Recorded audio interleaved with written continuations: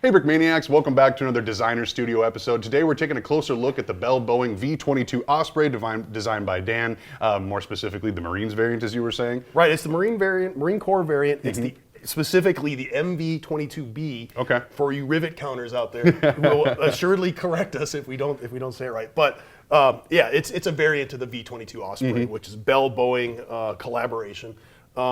A very versatile aircraft. It takes off like a helicopter, rolling forward. Yeah, right. And then it can land completely straight down like a helicopter does.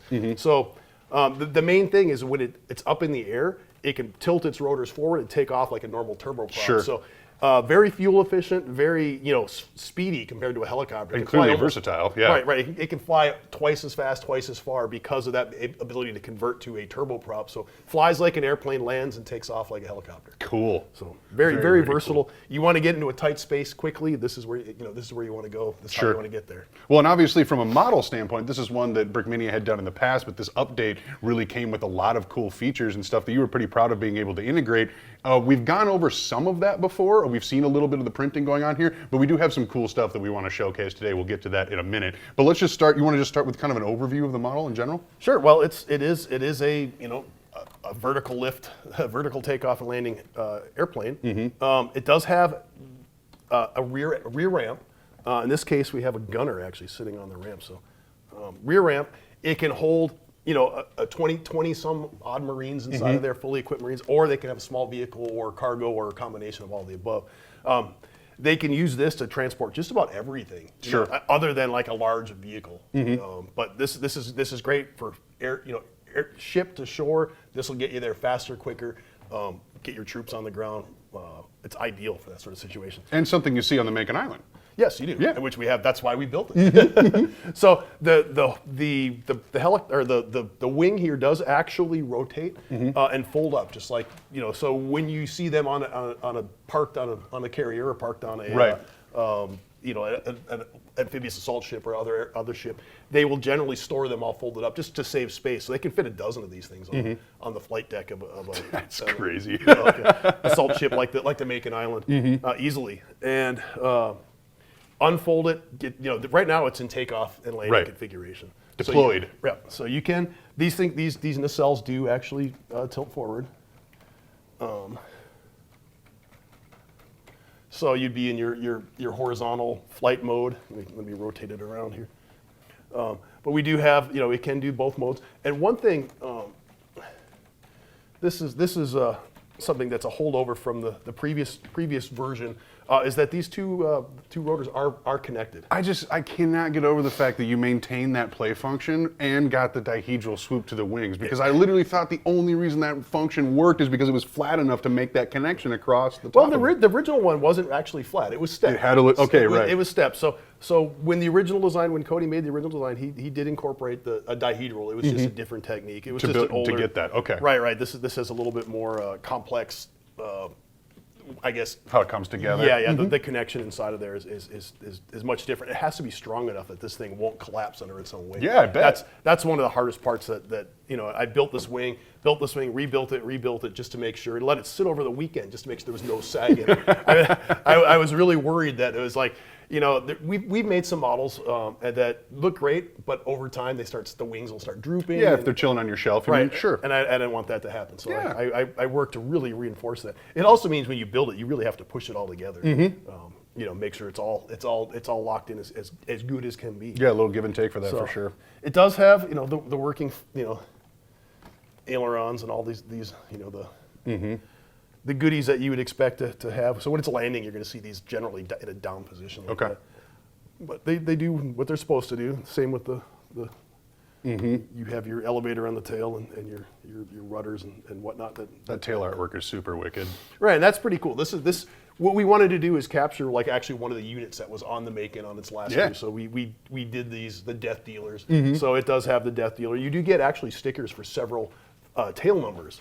Okay. So it's VMM 164, but you do get different numbers, so you don't have, if you had multiples of these, or you buy the first one, then you want to make you get own. The bricks, right? Right. Then you can make several editions. The only thing you're not going to get is definitely things like the printed pieces, the windows, things like that. So You know, you only get one. You're going to have to improvise for the rest. Get out your silver sharp. You got the one that leads the line, and then you've got a couple that go behind. You know, They're the blurred ones. right? Exactly. So, you know, I should say that this particular model is already sold out. Right. As we record this video.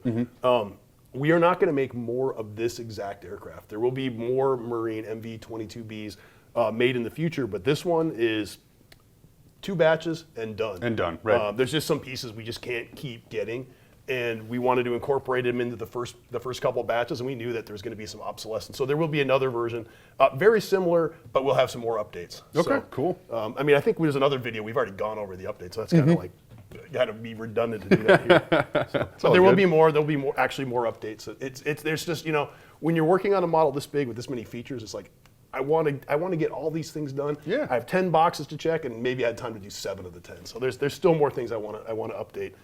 That'll be, you know, we'll save it for future editions. More to come. That's Right. always good to hear. And it's cool that I'm actually handing the future Ospreys off to Mary. She's working on the Air Force one, yeah. which released a while ago. Yeah. Right. So that's something that, you know, it's going to be like a family thing. We're just going to keep updating these. The Brickmania Osprey collection. Nothing wrong with that. Very, very cool. So, and it does also goes to the point that, you know, every time we build something, we're at the mercy of what Lego parts are available. We don't make the parts; we use genuine Lego, and they don't keep their parts in stock forever. It is the reality of our business. Very, very true. Absolutely.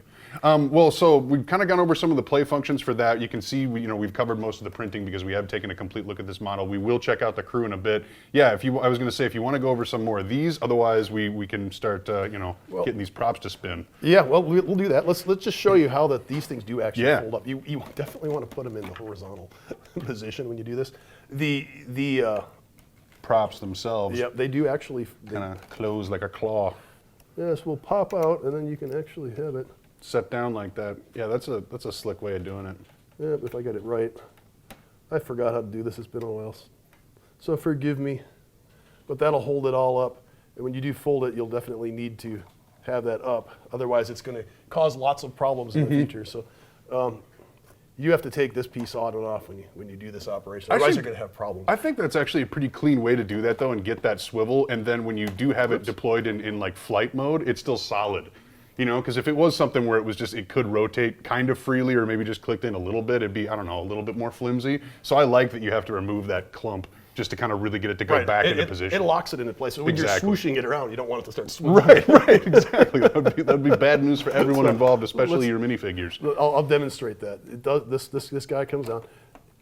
You know, I can't take credit for that. I inherited that. Right, from the previous one. Yeah, previous model. So let's get these things. I do want to show you.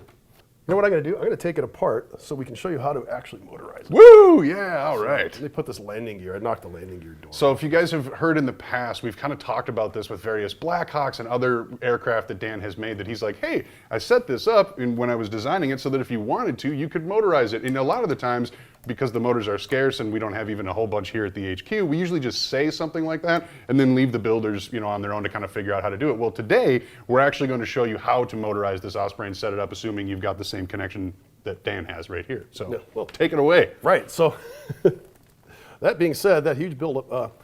Let's get this thing motorized. The first thing we want to do, this whole wing here has to come off. You put the motor inside, and in order to do that, you have to pull these pins. There's 4 pins actually holding the entire wing section on.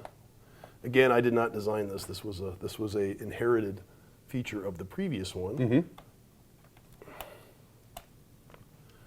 Pull this top off, but it works so well. I was like, I'm keeping that in there because that's pretty smart. So this unit comes off. It should stay. This is the key. This whole guy right here. The way it's built, it's automatically set up to propel or power the motors. And in order to do this, I'm going to set this back down. It's designed for the actual power functions motor. I have this here. This is like magic of television.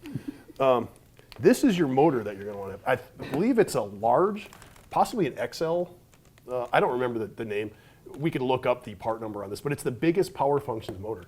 You're not going to be able to get that at Lego.com anymore. They discontinued it last year because Lego does that. They come up with a motor system and then they improve on the motor system and then they'll phase out the old one. So this is on the way out, but you can get it on Bricklink. It's all over. They made thousands, if not millions, of these things. Okay. So they're out there. There's even knockoff ones. There you go.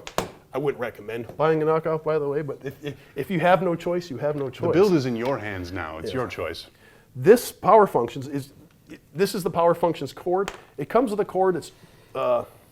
This will connect right to your standard power functions battery box. This one happens to be rechargeable, but they have several power functions battery boxes. They all work the same. Connected on there, your power button. You can see that the orange thing is spinning. I don't know if you can see that in the video. That's all you need to power this thing up. So let me just pull this guy off here. If you wanted to use the battery box, you could actually stuff it inside of your fuselage here. You just take a couple of these blue axle pins. It's the axle pin with friction. You need a couple. You could probably use the tan ones, but it might rattle around. The tan ones are non-friction. Friction meaning it actually grips the inside of the pinhole, makes it a tighter fit. So you grab one of these guys. Built in to the top of the Osprey roof are actual receptacles for this piece. Stick your axle pin in there. And I'm sure there's people who have been frustrated. How come I can't stick the pins in the side of my Osprey to get the roof on completely because those stupid round things are blocking the way? They're there for a reason. If you don't like the fact that your pins are sticking out the side, take those pieces out. Yeah, because if you're not motorizing, you don't necessarily need them there. But the kit comes with them. It's sort of one of the secrets of this kit. Mystery solved. Yeah. Take your power functions motor. See how it has two stud or a pinhole top and bottom? Those are for Technic pins, which you just added to the inside of your fuselage. And we connect this like so. Make sure everything's connected. Now if I did this right and I had the connections right, this should actually hit the go button. And there you go. You have your motorized Osprey. You could stick this inside of here. I'd probably want to turn it off, but stick it inside of here and shove it to the back because otherwise your motor's going to... Right, exactly. But then you can kind of fit that whole thing together and, in theory, swoosh it around while it's motorized. Oh, absolutely. it's totally portable. You probably want to secure your battery down, otherwise it's going to fall out the back. Yeah, it'll clump around a little bit. Yeah, knock your guys over and everything. But yeah, you want to just set this down on here. How about that, though, Brickmaniacs? I mean, a motorized Osprey, that's a cool thing to see. So you could use one of these guys. This is an old school train speed regulator. So this is 9-volt trains. This is the previous system of... Before what you have in here? Right. Okay. So the cool thing is this. I have this huge cord. Thank the gods of Lego for the Mars rover, the old Mars Explorer sets, because they came with these fantastic giantly long cords. Power leads. Yes, it's like a 2-meter power lead, which are great if you're doing a display. There is a power functions cord. It's an extension cord. It's about yay long, and one end is the standard power functions connector, which will plug into any other power functions motor or whatever. The other end actually interfaces with this old school connection. So you can use this to power your power functions.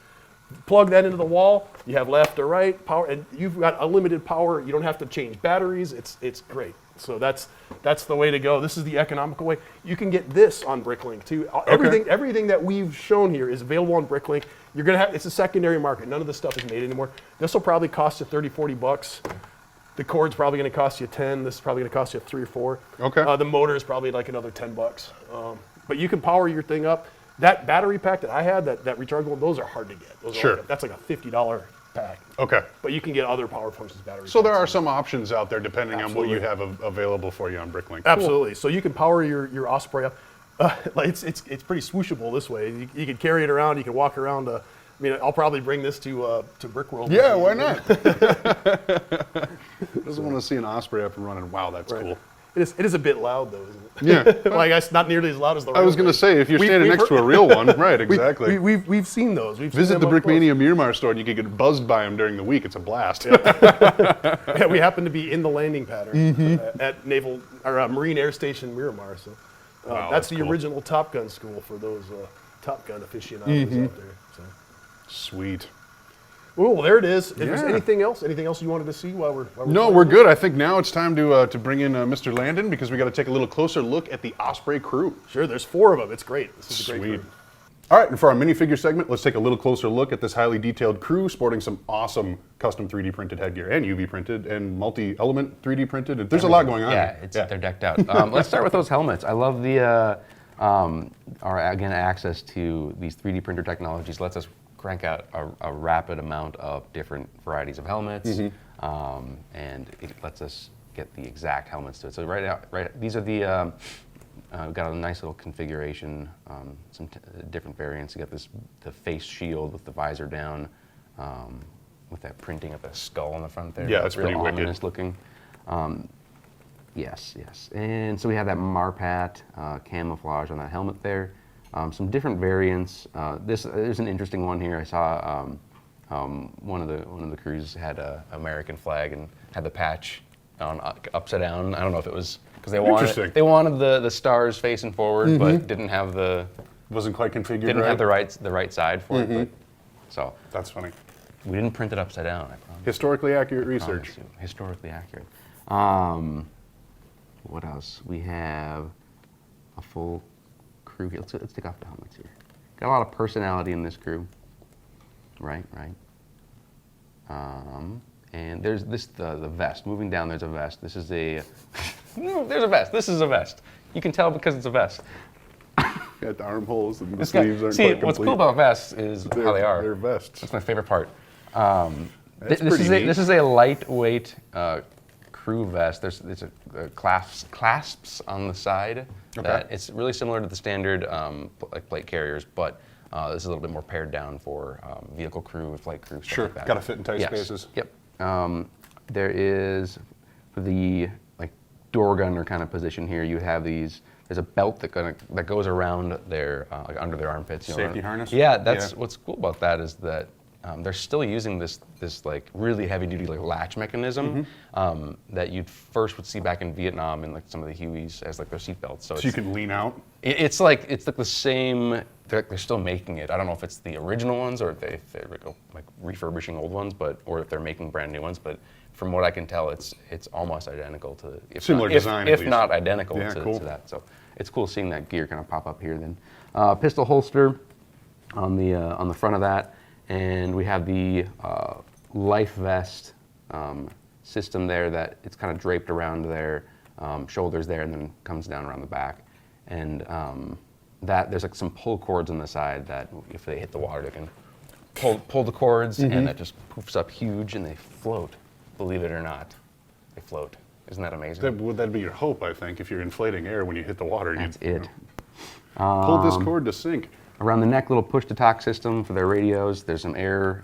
In one of the pouches, there's a little oxygen bottle, so if they go underwater, they have access to Ooh, some shark air there. repellent? Yeah. Oh, Yeah. Why not? There's definitely, they got it in their pocket. nice. Nice. Yep. There's definitely some shark repellent. And then the pilots over here, similar configurations for some of the equipment. Again, you have that life vest.